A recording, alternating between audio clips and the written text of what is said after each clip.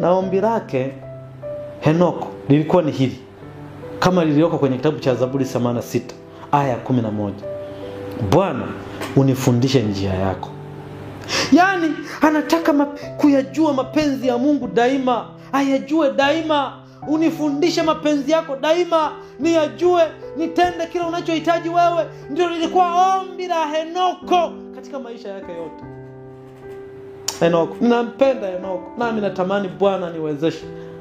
Mimi mchungaji Kazoba natamani sana Bwana niwezeshe kuyajua mapenzi yake, niyafanye mapenzi yake katika maisha yangu yote, maana na mimi natamani siku moja nikae na Mwokozi milele.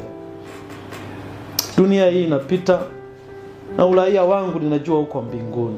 Lazima nipambane, nijue mapenzi ya Bwana ni yapi ili niyafanye siku moja na mimi niishi na Mwokozi. Na natamani sana pia niwaone akina Henoko.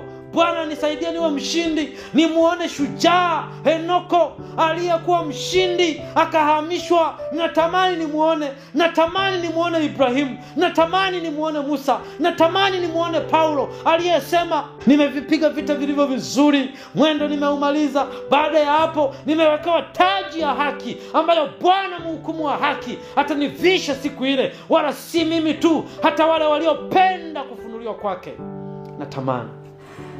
Natamani sana Bwana mhukumu wa haki anivishe taji siku ile. Natamani niwe kama Henoko aliyetafuta kuyafanya mapenzi ya Bwana.